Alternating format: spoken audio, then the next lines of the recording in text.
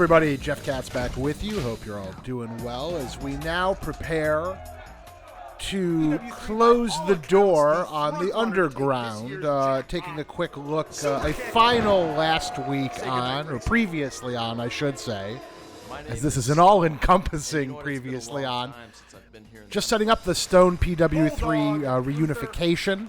Of course, Nick and Matt Jackson, the Young Bucks.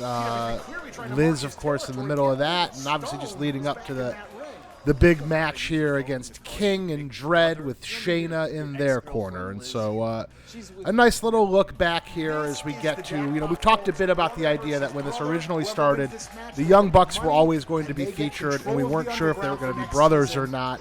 And very quickly, you had to lean into it. And so ultimately, that pays itself off by reinforcing this tag team match that's going to happen. And that really allows you to showcase the Young Bucks in their true form, their first best destiny, as they would say in Star Trek II, The Wrath of Khan, one of the greatest screenplays of all time by Nick Meyer. If you want to learn how to write movies, that's a great one to look at. It's all setups and payoffs. But anyway, I digress. Their first best destiny being tag team wrestling. And so that's what this ultimately is, as we've built now to finally getting to see one of the premier tag teams, I think you could say, in the history of the business at this point, given their business legacy, in the Young Bucks, in this case in their WRP universe characters, here in the final episode of the Underground. And at the same time, it's going to be the first time you're going to see King, played by Nick Lovin, who has been manipulating behind the scenes here throughout in the ring itself, despite the fact that in reality he was working in like San Diego and Orange County, and I think Inland Empire a bit all the time, part of that SoCal Pro group. And now one last chance for me to curse the SAT people for changing the number on the SAT on me as we were doing this, but that's okay. I digress. I want to point out, it's been interesting for me as I've gone back through doing both the WRP audio commentaries and now the Underground audio commentaries. And, I look at my career, even in film and comics and stuff like that, and the thing I'm grateful for, I think, among anything else, is that I've just had the opportunity to work with really interesting people at interesting times in their career, and to get to touch on people's careers who, are just great talents or people I respect, to get to be involved with them creatively in these areas, incredibly fulfilling. And that's very vengeful, Luther. Shame on you. I suppose that's a little out of date, but we'll allow it in this case. And we should note again, paying off what we saw in the previous episode, Hayashi in 1600 getting another sort of cherry on top as sort of the nice sort of underneath baby faces. Particularly as 1600 had gotten over very nicely by that point.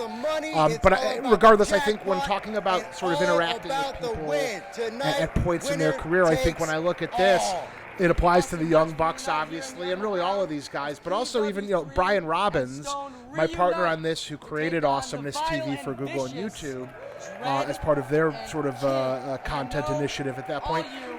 Brian, super talented, just named the head of Paramount Pictures. And so it's something as I look back on, and I'm looking at sort of one-sheets from movies I've worked on in my life, and I'm prepping a movie for Sony that's shooting this coming summer, it looks like. I'm very grateful to have gotten to work with such incredibly talented people. I will include Rick Knox in that as well. I don't care what Jim Cornette has to say. I love Rick Knox. I would hire Rick Knox to be my referee anytime. I am finally going to watch a AEW show, so I do need to see what the deal is there criticism-wise.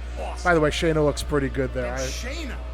I have to say, I'm not usually... It's a little Taryn in Nightmare on Elm Street 3, played by Jennifer Rubin, not to be confused with the very hacky political columnist Jennifer Rubin for the Washington Post. I'm referring to the sexy Jennifer Rubin, star of the terrible film A Woman, Her Men, and Her Futon. That is a real movie. You can look that up. I'm ashamed that I know it. This should be an incredible war. James Brown thing going on there for King, and now here we go, reunited, and it feels so good. As Peaches and Herb once said. Is it Peaches and Herb or Peaches and Herb? It might have been a guy named Herb for all I know. But here we go now. Stone, PW3, Liz in the middle. And as mentioned, you know, now we've danced around it the entire time. This is a great chance to showcase really one of the great tag teams in the history of the business in the Young Bucks. And once again, as we did a couple times in WRP, it's your chance to guess the finish. I suspect the baby faces might Shayna go wasting no over. time getting Call in me Liz's crazy. face. Don't tell anybody. It's between you and I. Big size and strength advantage. And now a there. nice moment, physicality there for Liz. And obviously, Liz! again, something we've Giving built Shayna to because something we've to kept her remember out of all of this Shayna stuff looking none too throughout. happy. Now the ref trying to we got to get some help in there. And now it's kind of a chance. And again, another way to go pay off the Luther of it all. And as you'll see, Luther here going to get kind of a nice moment. Shayna turned down Luther, left him for King. Slightly outdated as well, slightly cavemanish, but it's wrestling. We'll allow it. No dark side of the ring necessary. That's another show I need to watch at some point. I know people talk about that all the time. And so here we go now. Dread and King against PW3 and Stone. Winners get the cash prize jackpot and control of the underground itself.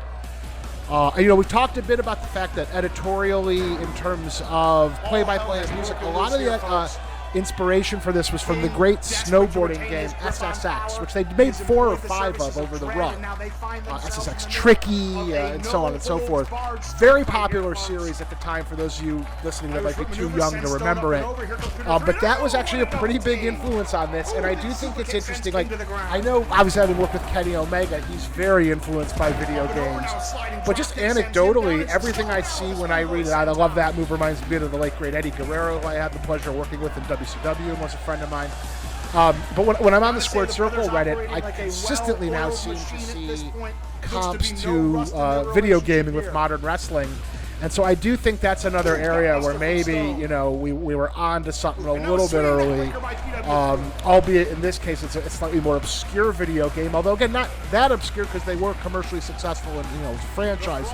It was an EA Sports game. EA Sports Big was the division, but very much inspired by the great music of that game. I wish we could license some of the stuff they had and the play-by-play style of the actual snowboard action. Down to the guy being a DJ. Complete lift on my part, and happily so. Oh, heart attack! Yes! Of course, I don't call it a heart attack in play-by-play there, even though I know it is that, because obviously in the WRP universe, the Hart Foundation doesn't exist. If I had Bret Hart and the late great Jim Neidhart, they'd be playing different characters. I know people listen to this and they go, why would you do that? They're legends. Why would you mess with that? And stylistically, creatively, it's just, I like having that cutoff and that room to have something that is totally your own. And I think in the, you know, modern wrestling fans, I think, are sophisticated enough to understand this. And a nice high cross body off the top there, taking out everybody. And I think, you know, I like, in hindsight, looking at that, we didn't linger too long on the guys gathering, which is a pet peeve of mine. Whenever that spot is done, the guys just taking 10 minutes to gather themselves to all line up and wait and get hit by the guy on the top rope. Again, modern wrestling is what it is. And so now a ladder, a perennial in wrestling these days. And I believe the first time, I don't think we've really used plunder. We don't, you know, generally speaking, I don't use a lot of plunder. Plunder, as Dusty Rhodes would have said, if you will. Tony Schiavone, plunder. Don't use a ton of it in any of the WRP stuff. Try to use stuff sparingly. Same with blood. Same with language, frankly. Like, I think you always got to try to make that count. Howard Stern, when he first went from terrestrial radio to Sirius satellite radio, tried to make a point of not having people swear every 2 seconds, even though they could, because it's just much more effective if you do it. You know, you pick a moment instead of doing it boom, boom, boom, boom, boom, boom. And I think sometimes that applies in wrestling as well. Less is more, so that when you do the showcase thing, it's a true showcase thing instead of getting caught among the sort of cacophony of noise. And now here we go. A plunder spot, Tony. He stomped him. He stomped him, Tony Schiavone. And now naturally, Stone and PW3 going to get some revenge here. Pin for the 1, 2, and basically, you know, this is really about the Dread's the hired muscle. This has been about King manipulating right there, folks, from the beginning. Able to make the save. And really a pretty straightforward revenge session for these two. Now PW3 going for that patented running power bomb into the turnbuckle. And he Right into hits that it. running buckle bomb right there. And now, there you go. You wanted a super kick party. Stone You get a comes when he super drops kick the knee party. right into his face. Into a bulldog clothesline chaser. Bulldog clothesline combination And I just by have to say Stone. again, the Brothers Young are feeling Bucks, it, and the Underground as with has come alive. Kenny, and really, I mean, I've been very lucky. I love the guys I got to work with, whatever their views Now it's have been. PW3 I've been grabbing the weapon. incredibly A fortunate to little get to turnabout work is with fair play talents here as like they bring this. the chair into I the think ring, and very now- highly of them. What are And these guys gonna do? What do the brothers have in it's mind very here? easy to root for these two PW3 guys, lifting him and into- I'm very, God, that very looks like a happy tombstone to and- see them doing what they're Now doing. Stone, oh my And I goodness. hope they have nothing but Double continued tombstone. success. I've never Because seen I that have in my to say, life. For the 1, as we see the 2, pinfall here and the victory, they were just a real pleasure to brothers have deal done with, it. incredibly The brothers have open-minded done it. creatively, and from a king is creative, dead. producing, Long directing, live whatever you the want to new call it, kings point of of view, Stone. you can't ask for anything more than that from your and partners. Riz. And beyond executing in the gentlemen, ring the perfectly Underground in terms is of the under vision, new when management. they're easy to get along with and happy to be there and have good attitudes, Money, but you can't ask for anything better. control in the And it hands speaks of to the their brothers. quality in terms of how they view their work. And I really just enjoyed working with them. And so, And there they applause stand all around victorious, for everybody, folks. and really a I can't credit to the believe it. entire crew of talent here. I want to thank Jeff PW3 and Dino again Stone, for helping, two men at each really other's throats putting it when it came to united. young talent. Now wait a And now minute, this audience running this is wild. for the I gotta fire get in marshal. there. This can't be good, but yeah, little party for everybody. Folks, all hell has broken loose here. It's pandemonium. It's breaking down in Underground. Tulsa. The celebration's going to go all night. The Stone, PW3, And so Liz the era party has continues begun. here. And kind of nice little visual, little licensed music to get us The out of king here as has well. Thank you to the abdicated his Awesomeness crew. throne. Just in general, Awesomeness still around. It's got multiple owners. It's one of the few from that original Google and YouTube initiative that actually survived and thrived. And I look back at this now. It's the first time I've rewatched this since I actually locked picture on it. And again, I watch a lot of like new Frank Zappa era stuff, and I think begins of in him the as underground, folks. a guy who It's tried to been do one hell different of a stuff ride. away from On the behalf of norm, even everybody if here, it I'm didn't DJK. work. Excuse And me, this is one of I those gotta go join cases the where, party. like, what do you think? You like the stuff, you don't like it.